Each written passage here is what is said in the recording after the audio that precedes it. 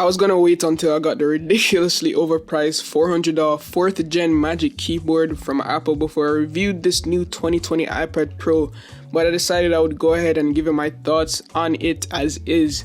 For now, I'm looking at this iPad as a tablet first and then a computer. Apple is trying to market the iPad as a computer slash laptop, but I don't think the iPad is a computer yet. Not because it has a mouse and keyboard support makes it a computer, just like how not because a laptop has touchscreen makes it a tablet, you know what I mean? But by now you've probably already seen every tech review channel talk about how the 2018 iPad Pro is the better value, blah blah blah, and I completely agree with them. But then again, we can't forget about the people who has so much cash that this purchase isn't going to affect how they eat food tomorrow and probably for the next coming weeks. And if you're just looking for the best tablet or iPad on the market, this is the one to get.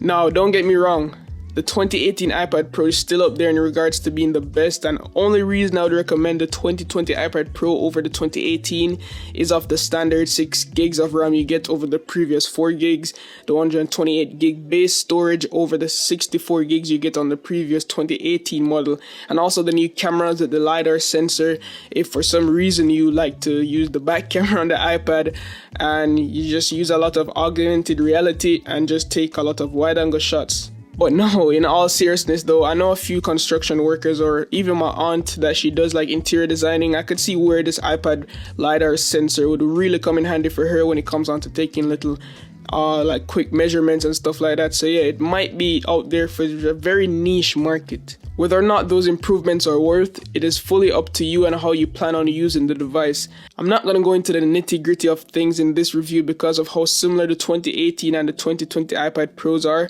but just to refresh your memory, here are a few things that you should know. The build quality of the iPad is very high quality, it feels premium, but the structural design isn't very solid and will still break easily just like the 2018 iPad Pro would. I've heard stories of the iPad Pro bending in boot bags, getting random bends over time, and just in general, you just need to be more careful with the iPad and treat it like it's worth, because without Apple Care, the repair to fix this is basically Apple giving you a replacement iPad, which would cost a lot. In terms of comfort, it's really comfortable to use in the hand, no homo, pause.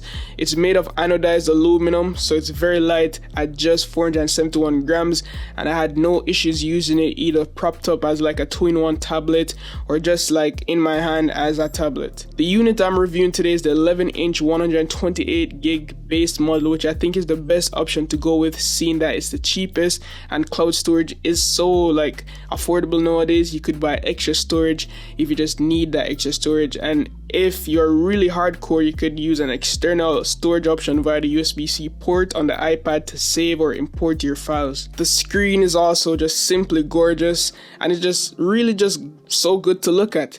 It's an icing on the cake as well with the 120Hz display, so gaming or drawing on this display is as smooth as butter. I made a complete different video showing the gaming experience on the iPad. If you'd like to check it out, I will leave links down below in the description for that video. The quad speakers are the best speakers I've ever heard in a laptop or tablet in this form factor, and I've reviewed and had the opportunity to see a lot of laptops and tablets in my life. You have 2 speakers on the top right and left, and 2 at the bottom left and right of the iPad. They're loud, they're clear, and they're crisp. It's not as bass heavy like a Bluetooth speaker or anything, which is understandable seeing how thin it is, but you could still hear the bass in like vocals. The battery life is also top tier. I get around 2 days of normal use, and if I'm going crazy playing a lot of games, watching a lot of Netflix, I get around 8 hours of use. The cameras are alright. I mean, it's way better than a laptop webcam and a lot of smartphone cameras on the market, but enough of my talking. Here are some few shots I took. Don't mind my hair though. I haven't seen my barber in like a month since quarantine and I got bored, so I just twisted my hair.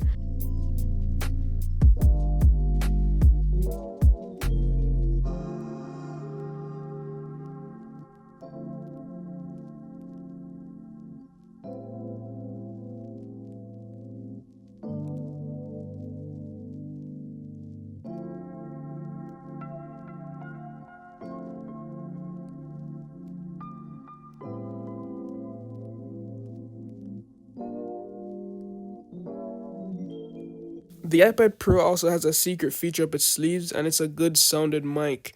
Now, Apple is calling this a studio grade microphone, and if you couldn't tell by now, this segment about the mic was recorded on the 2020 iPad Pro. So yeah, you could be the judge of that. Now we're back to my regular Deity D3 microphone. But yeah, the 2020 iPad Pro is very much like the 2018 model, plus added cameras and LiDAR scanner and stuff like that. If you were to ask me to list the new iPad Pro's best features, I would say the Retina display, trackpad support, and all-day battery life. And it might sound familiar because yeah, those are already included on the 2018 version. iOS 13 added a lot of features to the iPad OS that makes it feel like it could replace your computer, but can it really though? There's still a lot of limitations, like not being able to simply see your bookmarks on Google, even though there's so much space available for it. Sometimes I would just like to browse the web without being randomly taken to the dedicated apps for the websites.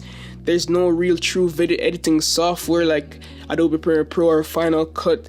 Some of the apps are just not supported in landscape mode, which gets really annoying. The port selections are limited until you get like a USB-C hub pet to tag along with you everywhere you go, in hopes not to lose it. And I could just go on and on, but I will stop right here. If you're in the market to replace your computer, you should only splurge on this iPad if you're willing to also pay for the Magic Keyboard. Otherwise, it's not worth the hassle having to piece together accessories like the Apple Pencil, the keyboard, all of that in an effort to recreate the full laptop experience. If that's what you're after, then you could just get the 13-inch MacBook Pro for just $1,299, or even the new MacBook Air for only $999. Let me know your thoughts on this review and what you'd like to see next on the iPad Pro, because I will be doing more videos on the iPad Pro, and also I'll do a full dedicated review when the new keyboard comes out in, I think, May. So yeah, look out for that. Make sure you're subscribed, and I always love peace and tweaks. Signing out.